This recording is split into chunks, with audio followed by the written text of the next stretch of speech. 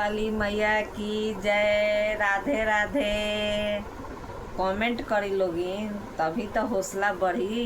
अब भोजपुरी गाना सुनम लोगिन तो हम अभी एगो कोहबर के गीत गाओ तनी। कोहबर तो चाहे बेटा के शादी होखो चाहे बेटी के शादी होखो, दोनों शादी में कोहबर होला। तो हम कोहबर के गाना गा के भोजपुरी में सुनाओ तनी, सुनी लोगिन और कमेंट करी लोगिन कि कैसन लगता।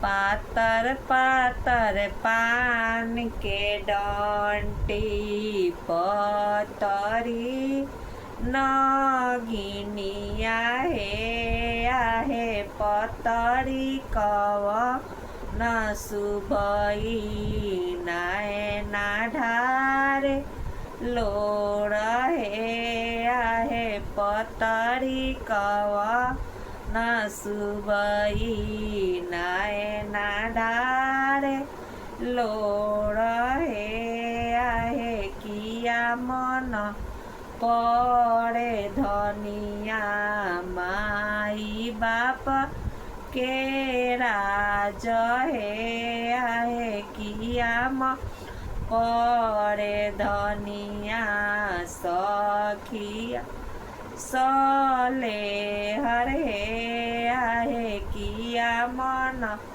पड़े धनिया छोटा का भैया वाहे नाही मन पड़े प्रभु जी माई बाप के राज है आहे नाही मन पड़े प्रभु ई सखिया सले हरे आहे एक जे मन पड़े छोटा का भैया वाए आहे आवही का बेरिया प्रभु जी अचर ना छोड़े ए आहे चलही का बेरिया प्रभु अचर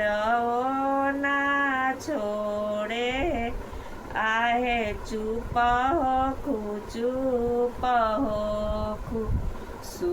शुभई हमार है आहे भेजब में काढ़ावा शुभई बोला ई देह बसाड़ावा है भेजब में काढ़ावा शुभ बोला ई देह बसाड़ावा